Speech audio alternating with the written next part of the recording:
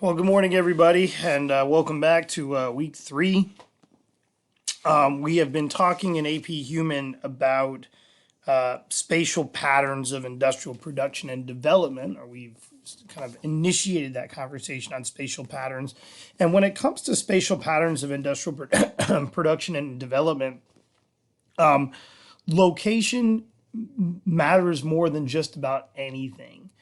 And so, what we're going to be looking at today and really through Wednesday this week are locational factors that play into industrial production patterns. Kind of the classic theory, and this is really going to be kind of the focus for today's short lesson.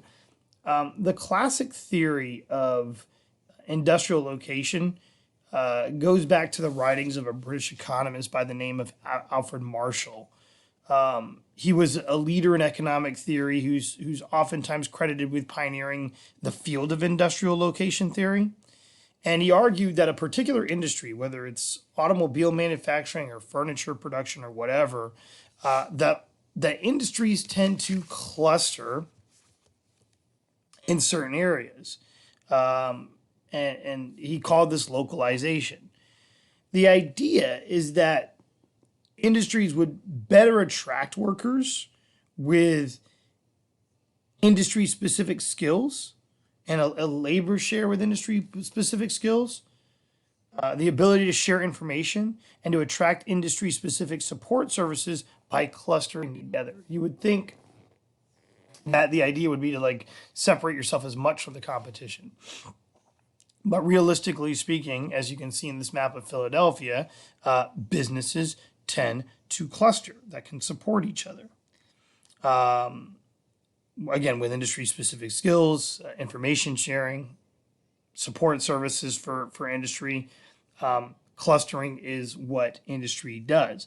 Now, Marshall explained why industries cluster. He said they cluster because they can support each other and make for more efficient operations. But it was the German economic geographer Alfred Weber, Weber spelled W-E-B-E-R. You see it spelled there across the top.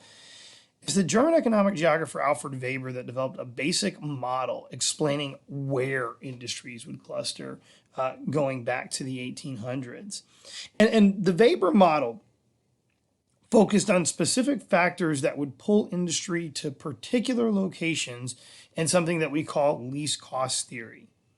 And so least cost theory is exactly this, right? It focuses on a factory owner's desire to minimize costs as much as possible. And essentially, like the von Thunen model, right? The von Thunen model was all about kind of minimizing cost of rural land use. Essentially, the Weber model does the same thing with industrial land use. And we find with the Weber model that Alfred Weber focused on three specific costs that need to be minimized. Okay?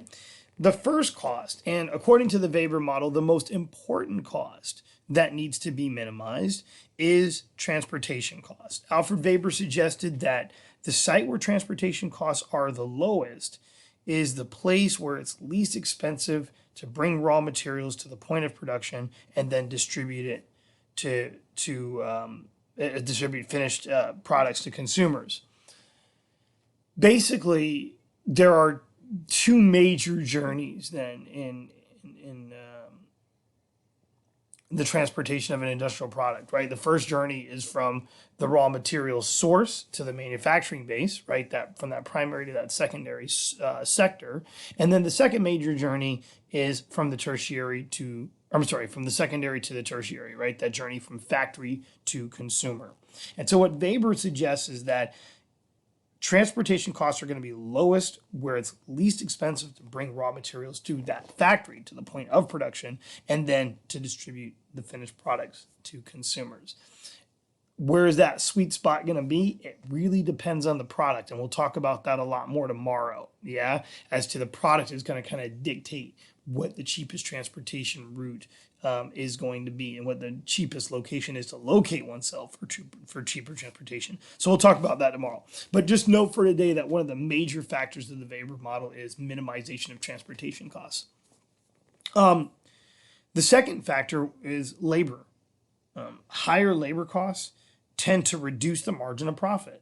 So a factory might do better actually if it's further away from raw materials and markets, if cheap labor compensates for added transportation costs. In other words, you might find labor in an area so cheap that you're willing to pay a little bit extra for transportation because you're going to still save money in the long run in total because of cheaper labor, right? So labor cost is an additional factor.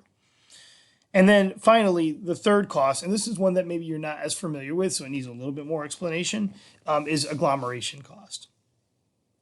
What is agglomeration? Agglomeration is sort of what you were seeing back in this map of Philadelphia.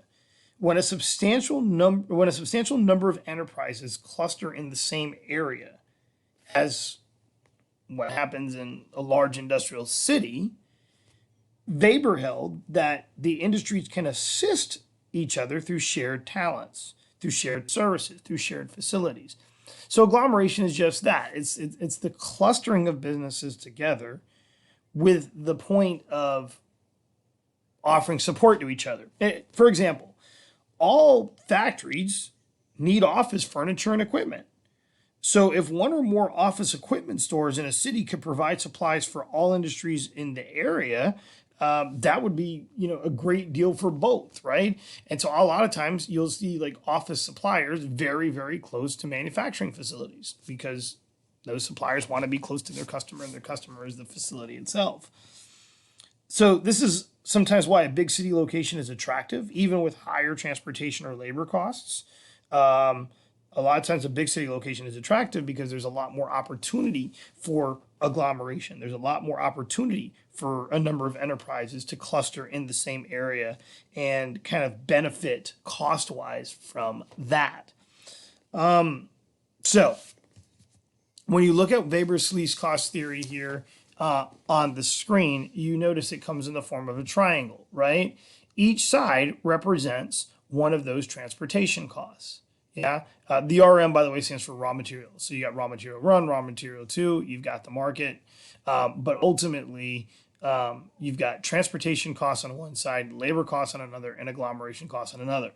The oval here in the middle is basically what the sweet spot is for the product that you are producing, right? For some, you want to be located in a place that's going to minimize your transportation costs more than anything. For others, you want to minimize your costs as much as possible through kind of veering towards your lower labor costs. Or for others, saving money through agglomeration is the best way to go, right? So the location of that circle is essentially the perfect location based on balancing these three factors for any given business. And for any given business, that location is going to be different. Now, of course, there are some weaknesses in this, right? Weber's least cost theory, first of all, goes back to the 1800s, right? Before, online businesses, internet businesses were a thing, right? What we call footloose industries where the location maybe is not the most important thing because it can operate from pretty much anywhere. Weber's least cost theory doesn't address that. The other thing that does not address is it doesn't address land costs, right? That's why bid rent theory continues to be an important theory to factor in as well, because the Weber model does not factor in minimizing cost of property. But overall, it's a good starting point, and it gets us going into our site and situational factors that we'll be talking about tomorrow. All right, so today's Monday, so you got a little bit of Mapping Monday, you've got a little bit of this, and then for those of you guys that have not yet had a chance to do test corrections, I talked to you guys on Friday, those of you guys that came, and we talked about what the overall agreement would be on that, right? That you would essentially do 2 FRQs from Unit 5 through AP Classroom, submit it. You have an entire day to do it. The window is open all day long today, with no time limits. And once you submit that, then I'll go ahead and count that as your test corrections for the unit if you have not yet done test corrections yourself. Okay? All right, guys, that's it for today. Have a good Monday.